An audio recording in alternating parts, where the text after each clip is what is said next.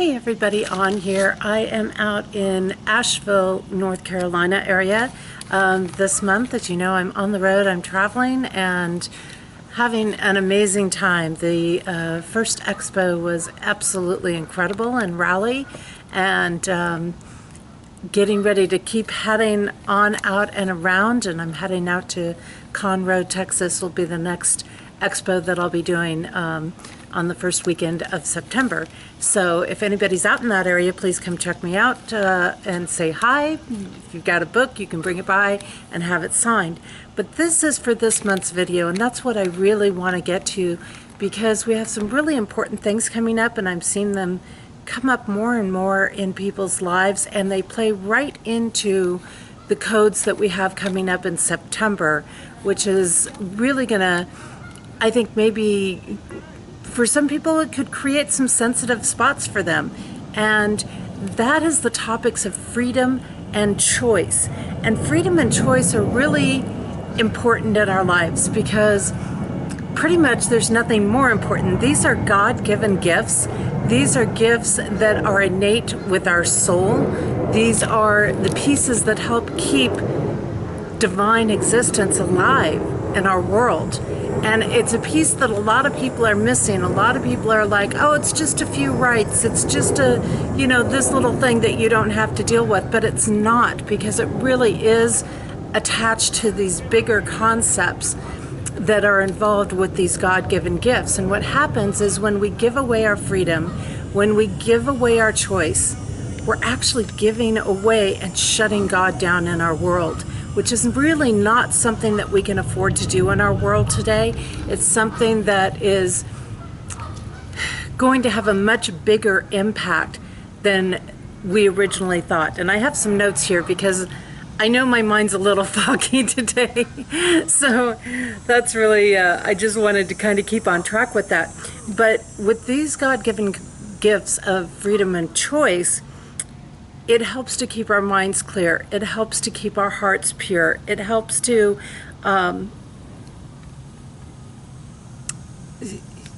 just hold us in co-creation with God and the divine. And this is so important because God has never restricted us. If we look at the essence of God, whether you look at God as an essence, as an energy form, or whether you look at God as something external and all-supreme being, whatever your point of view is in reference to God, really we can't afford this removal. We can't, God's energy is all about this exploration. It's all about creativity. It's all about freedom. It's all about choice. It's all about personal expression. It's all about opening these doors to express all of these unique pieces that we all represent, which really are the divine spark. So when we close that off, when we restrict that, when we shut that down, we're really shutting down God. We're shutting down that not just within our own soul self, but within the bigger whole aspect of what God is and who God is. And this is, I just think this is so important in these days and times. And when we start to do this, we don't just restrict a few rights in our world. We are actually just, we're shutting down some of the most important energy that we ever have to work with. We're shutting down the most important force there is. And so nothing is really more important than freedom and choice. And when we shut that down, when we don't make that a priority, we then create a fate that will be worse than any disease, that will be worse than any challenge that we can face in this world. And what happens is, in these days and times, when we fall into fear, we separate from God. When we separate from God, then what happens is that we get this confusion going, we get this chaos going, we get this, we let go of turning to nature, turning to God's creation, so to say, and trusting and believing and honoring that. And a lot of times the fear comes up because it puts us face to face with realizing that we haven't been acting very responsible along the way. It puts us face to face with realizing that we're really not taking care of ourselves as well as we should be. It just throws us into these blind spots. And so anyone who's going around trying to restrict these freedoms, trying to restrict choice in this world, is really trying to restrict God. They're really trying to shut down God. And I know that's a pretty big statement, and that's one that some people aren't going to want to hear, honestly. But it's important to hear. It's critical to hear. It's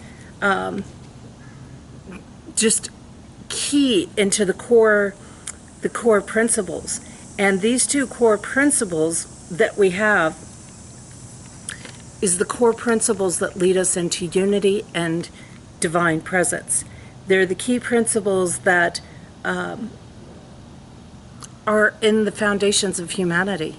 And so when we start removing freedom and choice, what we're also doing is removing humanity.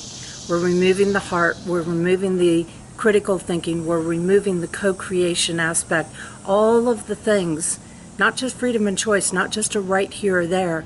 We are removing all of the things that keep our soul self alive, all of the things that are connected to our soul self. And once we separate from that, we've lost humanity. So it's really important when we look at this. Now, when we look at this from a code perspective, freedom is all about personal responsibility. And if you look at the people in the world who are trying to shut down freedom, who are willing to give up rights, who are willing to go into these strong structures where there's a few people ruling everything in the world and nobody else has a say or a right or anything, and they're controlling everything. When you get into these kinds of structures, the people that are supporting this are also not standing in personal accountability. They're not standing in personal responsibility. If you look around, it's like, oh no, we don't want to just do these good deeds on our own. We want them dictated to us. We want somebody else to be in charge of them. We want somebody else to do it. We want somebody else to be in control. But unfortunately, when we do that, we actually are not bringing about the benefits that we hope that we could bring about. We're not really helping the people that need to be helped. We're not really showing the compassion in the world by having it all dictated and structured, because people need different things at different times. It's not a one-size-all-fits things. It's not, this aspect of equality needs to be equal rights. It's not about all the same portions. Not everybody needs the same thing or the same portions. One person might do fantastic with bread, for example, and for somebody else it's absolutely toxic. One person will rave about bananas, and for somebody else that's going to kill them. So you can't do this one-size-fits-all in our world, and you can't do it and be in alignment with God and the divine.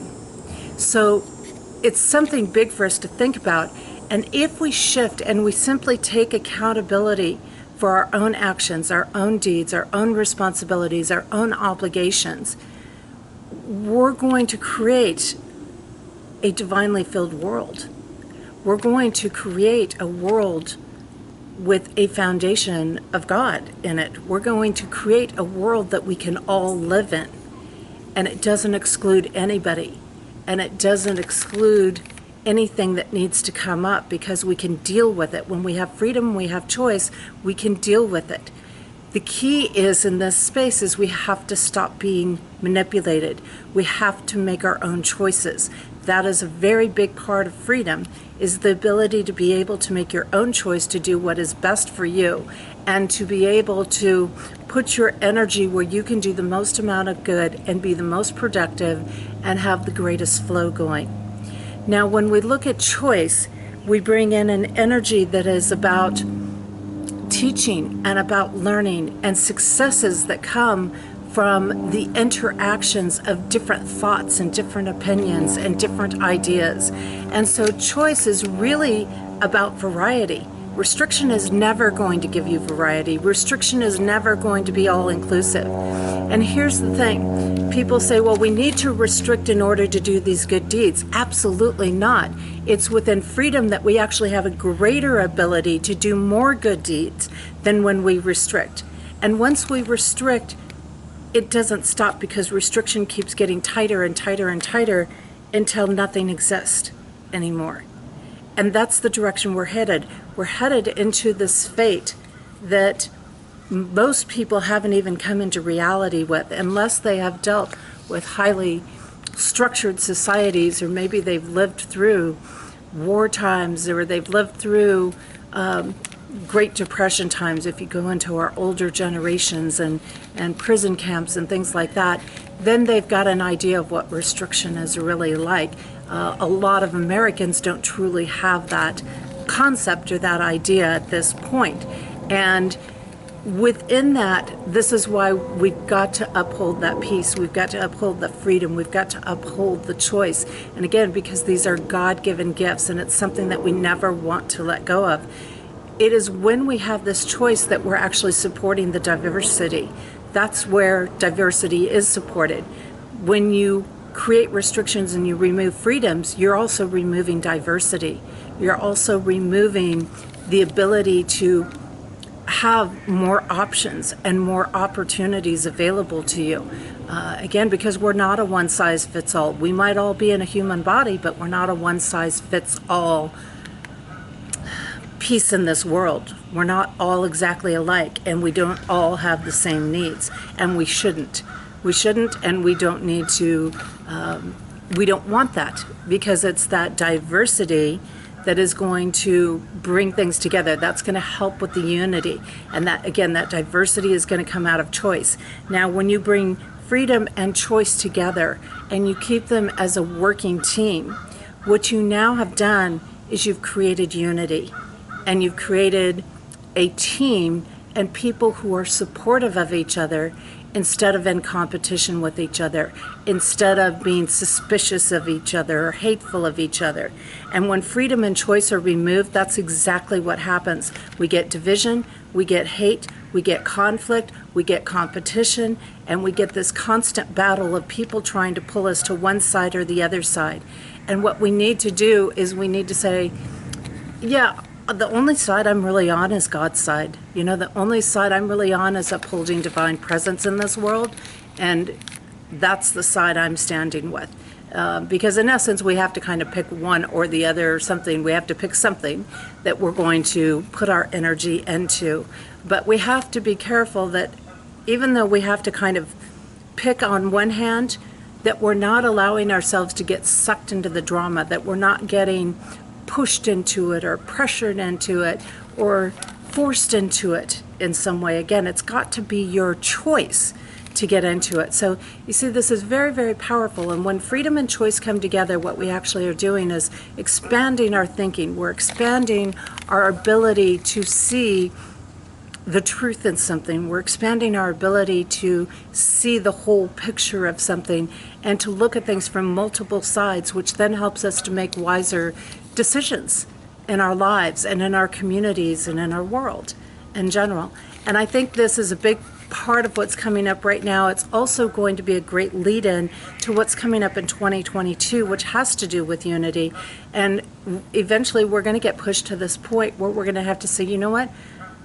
It's not about my views versus their views. It's not about vaxxed versus unvaxxed. It's not about masked versus non-masked. It's about people, and it's about humanity, and it's about keeping God's presence alive in the world and keeping the divine and Holy Spirit alive in the world. And that is the peace. That is the key. And we want to start to get ourselves in that frame of mind before 2022 hits, before these things come around, so that as the challenges come up, we can really handle them and we can really deal with them. And when we add God into this picture, when we add this divine presence into the freedom and choice energy, encodes, what it does is it helps us to see where we've gotten off course, where we've gone astray, to accept where we've made some poor choices, and then to get on track and to create true successes. So there's my video this month, and I just want to say, don't give it up. Don't give up your freedoms. Don't give up your choices, because they are far more than whether you can do this or not do that. It's far more than other things. And don't let people divide you. Don't let people force you into separation or bring hate out in you. And don't be there where people are choosing to operate in these spaces. That's not the space for you to put your energy into and to support. And so more and more, as you say no to the hate and the division, and you say more, yes, more to the freedom and the choices, you're going to find the beauty in life. You're going to be helping to open a world up that is God-centered, heart-centered, love-centered, and accepting of all different kinds of people, of all different kinds of walks of life. And it is through that we're going to continue to grow and develop the strength in the world. So there it is, coming to you from Asheville, North Carolina. And I will be at you from, I have no idea where next month. I will be on the road somewhere. I don't know where exactly it's going to be. I imagine it'll be somewhere around the East Coast, because I'm going out west a little bit, and then I'm coming back to the east, and definitely check things out. By the way, the 2022 book is out and available. You can go onto my website, compassioncodes.com. Go to the Goods tab. You'll see the code journey, and you'll be able to find the links that will get you directly to the pages there, and that will give you an opportunity to go in and make the purchase for that. Don't forget, it's a great gift, by the way. Lots of people love it, getting some great responses at the expos. And again, if you're in any of the expo areas, which also is on my website under media, events, and then you'll be able to see where I'm going to be where. And you know, you can kind of hit me up with a message and say, hey, can we connect? Are you passing through my area? Or you can just simply say, hey, I'd like to come down and help you out for a couple hours at the booth, or say hi, or whatever. Anyways, it's there. The opportunities are there, and I'm going to leave it with that. Take care, everybody, and I'll see you next month.